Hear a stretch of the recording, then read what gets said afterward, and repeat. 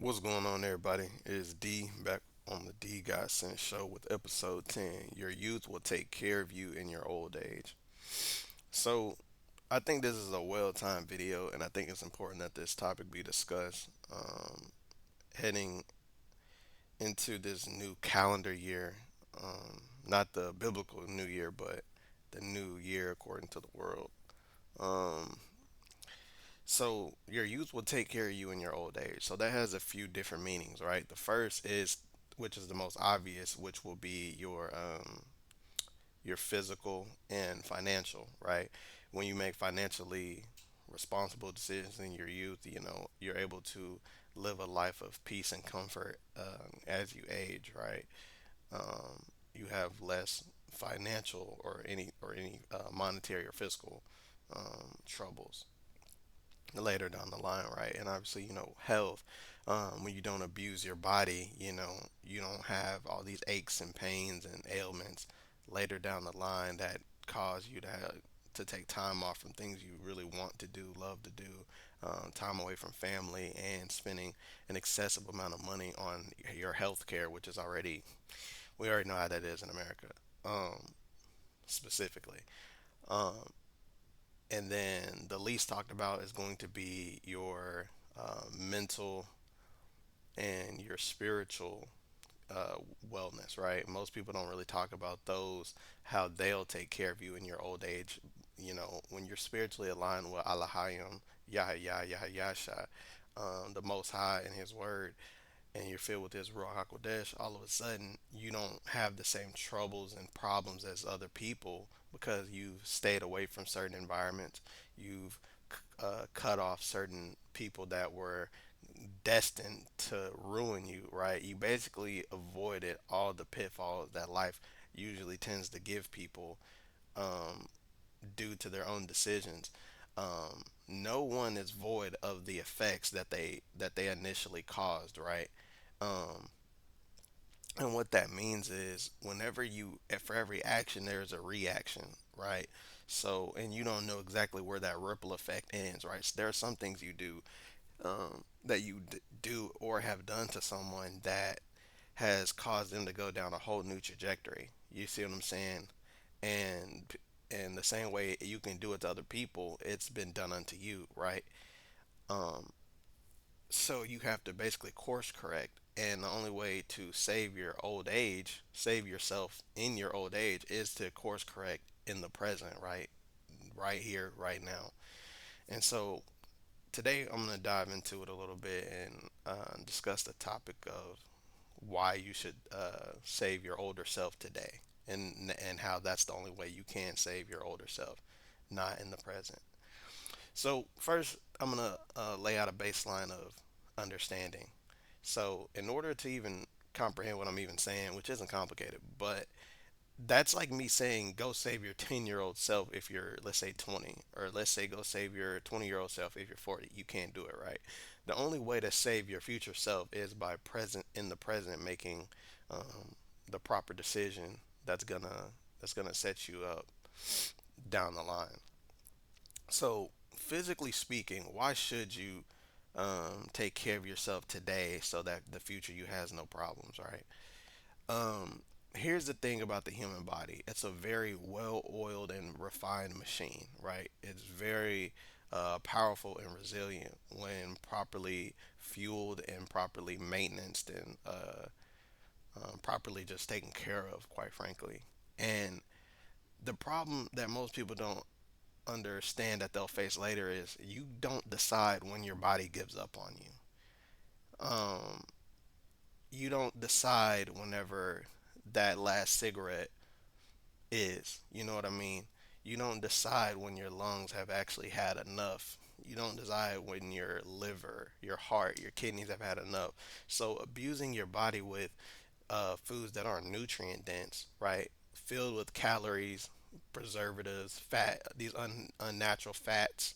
You know what I mean? Like if you like, for example, natural fats can be in avocados, right? Different types of nuts, like from the nut family, like walnuts, almonds. You see what I'm saying? So the reason you want to prioritize your health and wellness is because you don't decide when that knee gives out. Because here's the thing about the human body, it's like a car that you essentially can't replace the parts on. So once it's starting to rust, once it's starting to become mangled, once it's not efficiently running anymore, it's very, very hard to continue to operate that car, right? Now, granted, in the modern world, you can have all these different transplants and all this different stuff, and it can prolong it, right? But that comes at a cost, right? Which is going to be it's going to cost a lot of money, and you're going to have to go back to work. It basically there's a bunch of chaos that comes from not taking care of your body, right? Whenever you don't eat a bunch of blueberries, blackberries, raspberry, a bunch of fruit that have a bunch of antioxidants in them, your body isn't getting properly cleansed. You know what I mean? A lot of people are running around with gut problems and all kinds of different issues regarding their internal organs, and it's simply because they refuse to cleanse their body. Um, it's a reason when you go to the doctor, they don't really tell you to start eating fruits and vegetables because they don't want to cure you, not completely at least. They want to give you some temporary fixes, right? Because you'll be back. You're not gonna sell someone the cure if you want to keep making a profit off of them. You wouldn't do that. I'm not saying it's right, but that's what they're doing.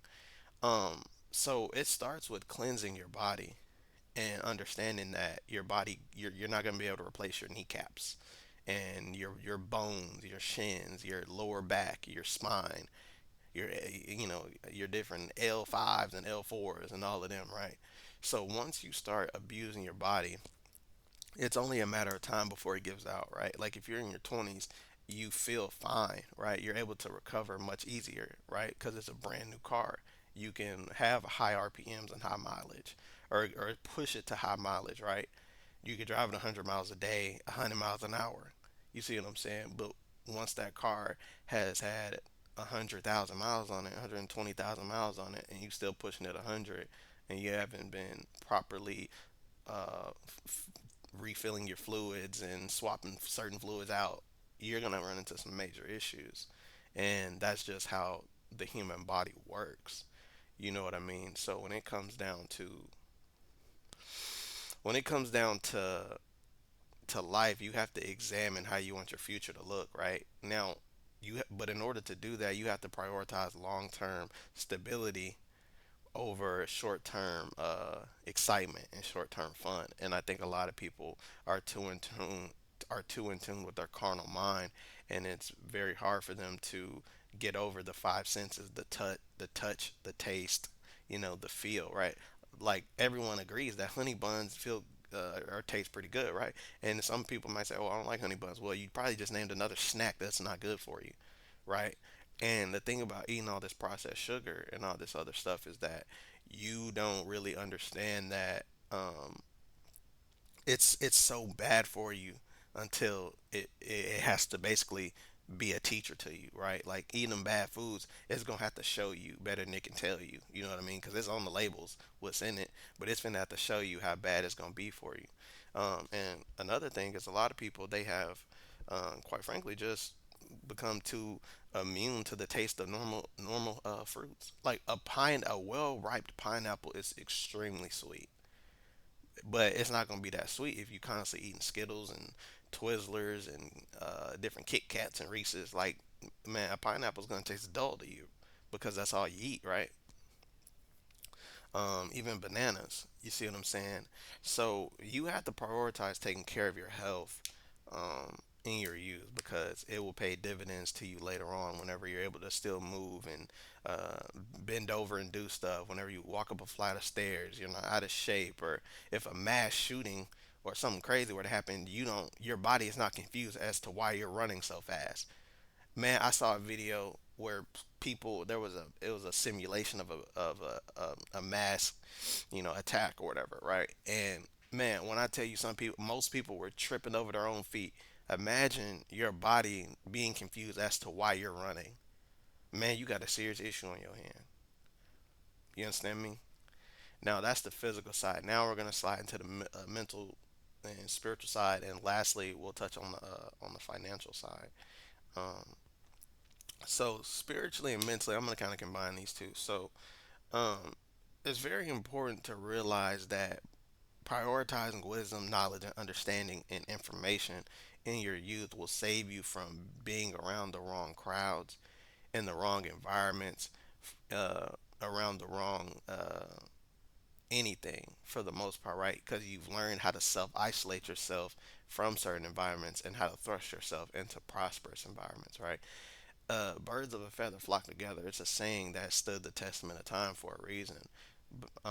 Because once you start to mentally and spiritually elevate past a certain point, you have to come out from among them. You're called to be in you're called to be in a higher group, right? Operate at a higher frequency.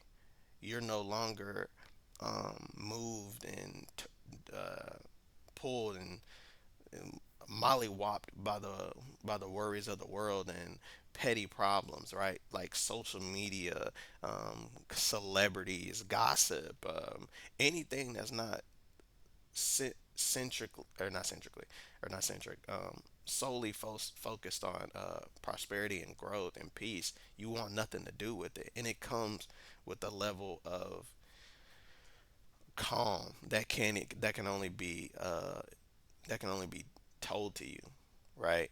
If you haven't experienced it, right? If you've experienced it, no, you already know words won't even do it a justice, right? But if you've never experienced it, only words can be told to you about it until you're able to experience it.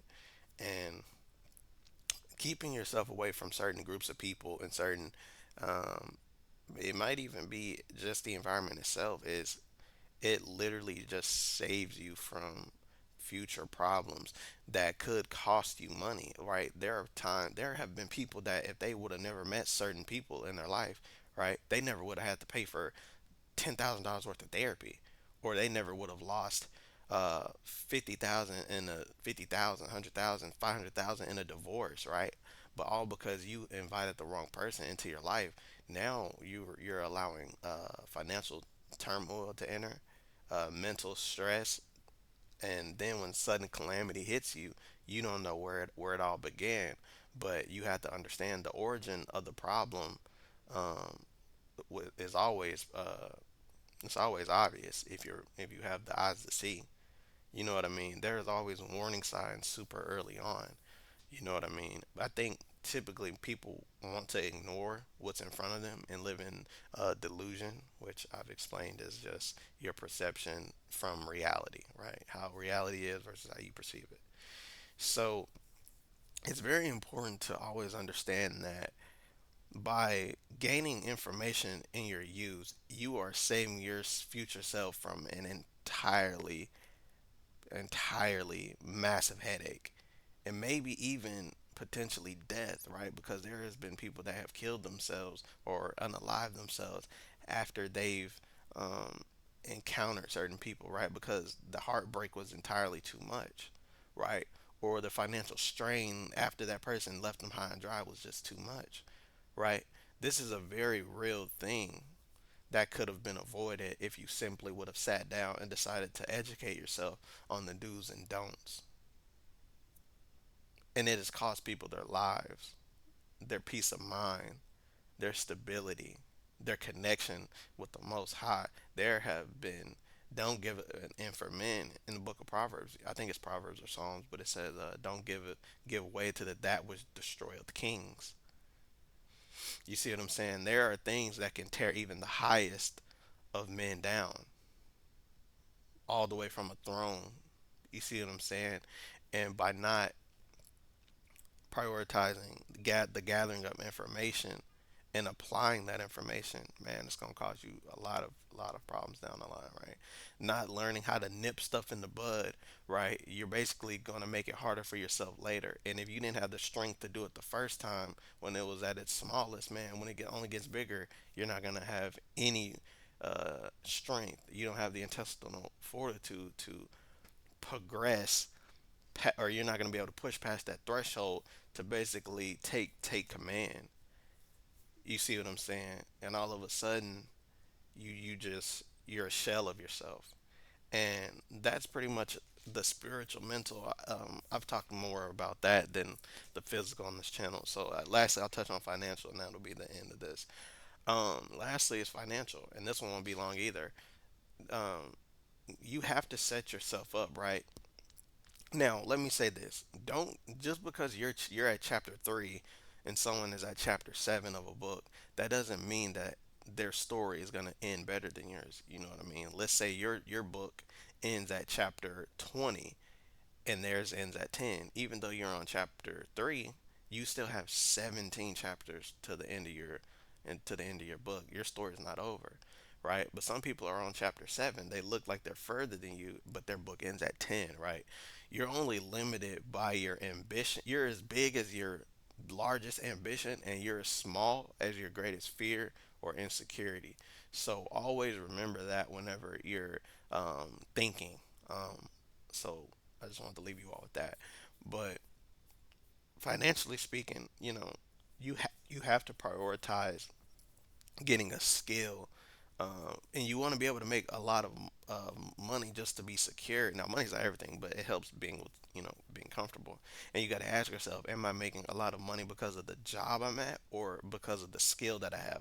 Because some companies just pay more, right? And you have this facade in your mind that, oh, I'm making a lot of money, I'm good. Then you lose that job, and all of a sudden you realize your skill doesn't pay that much, right? But it was just the company itself that was paying you a lot at the time, right? So prioritize getting a skill and setting yourself up later down the line, because it's a lot harder to get to a million if you're, let's say you're 25 and you're about to be 26. It's a lot harder to get to a million versus if you started when you were, let's say, 10, and you said, okay, I want to be a millionaire by 25. You just have more time to operate with, right?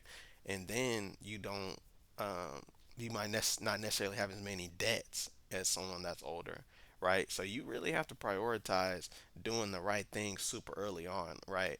And I'll say this last quote, and this will be the end of this.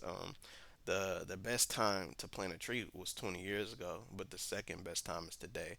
So with that being said, y'all, this was D Got Sense on the D Got Sense show. Hopefully you all enjoyed it. This was episode 10. Peace. Have a good one. I'm out.